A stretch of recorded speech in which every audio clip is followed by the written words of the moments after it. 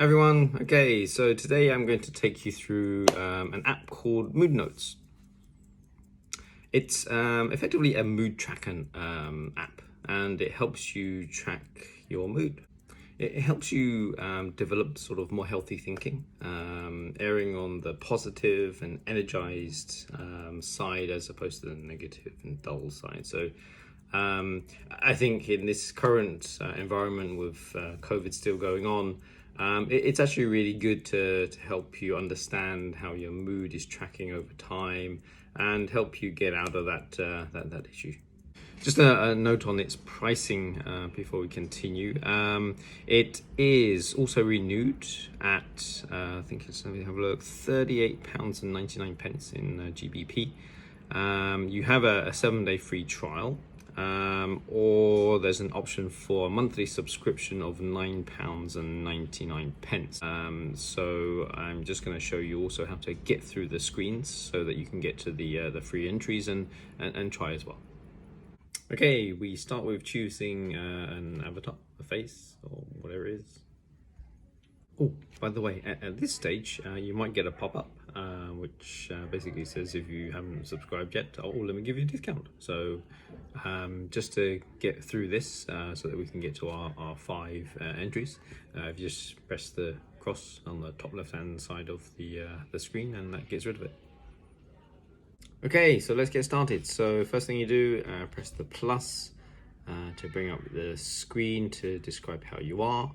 You can swipe up to be happy, swipe down to be sad, and then if you click on add details, firstly let's start with, say, a sporting activity, and let's say I can start running with friends, meeting real people again. Okay, so I click on that, type it in, and then click on next.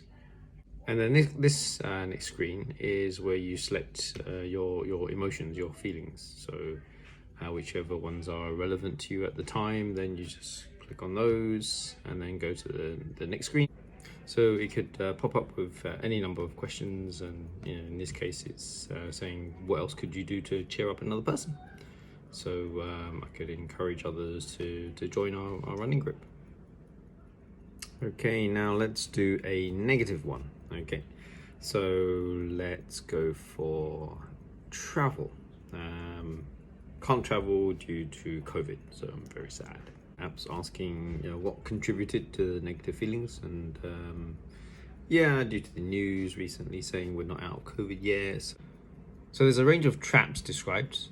All or nothing thinking, blaming, catastrophizing, downplaying positives, emotional reasoning, fortune telling, intolerance of uncertainty, labeling, mind reading, negative filtering, not accepting, overgeneralizing, personalizing, and should and must statements.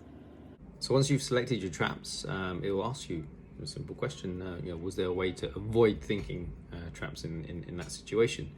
And then the app goes into the traps that you've selected and gives you some suggestions of how to avoid them in next time.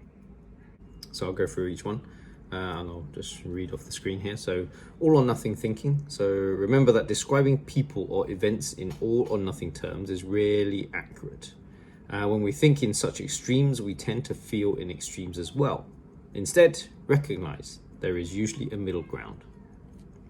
So for the blaming trap, rather than focusing on who's to blame, consider what you or others could do differently in the future to produce a better outcome. Where possible, request that others change their behavior without blaming them. Catastrophizing. Even if the situation is undeniably bad, are there any positive consequences that might emerge from it?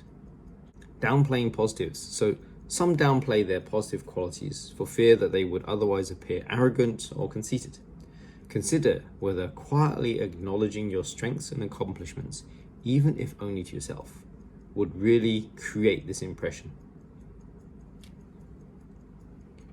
Emotional reasoning. Would you advise a close friend to make important financial decisions based on their emotions?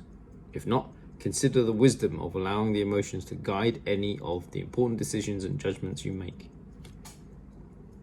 Fortune telling. Consider how it helps you to make those negative predictions. What functions do they serve? Then consider the costs of making those predictions. If the costs outweigh the benefits, then consider abandoning these predictions and accepting that you will need to wait and see how things turn out. Intolerance of uncertainty. Seeking certainty throughout your life can be both time-consuming and exhausting. It is impossible to avoid or eliminate uncertainty. Try not to view it as a threat, but as an inevitable part of life that you can accept or even embrace. Labeling.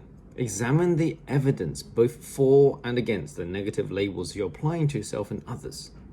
How might you modify your description of yourself or another person based on the evidence you have considered? Mind reading. To avoid jumping to faulty conclusions about what's going on in someone's mind, consider alternative thoughts or feelings that person may be having that wouldn't be as upsetting to you. Negative filtering. Try to see the whole picture rather than just focusing on the negatives. Look for the positives that you might not normally notice in a situation, another person, or yourself.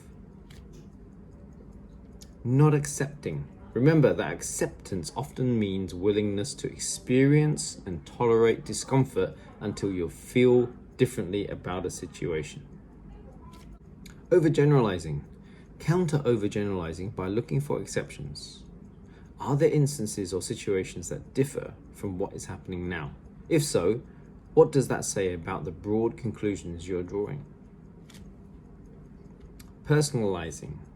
Would the outcome to your current situation be the same if someone else were in your place? If likely yes, then perhaps you are overestimating your role. Should and must statements.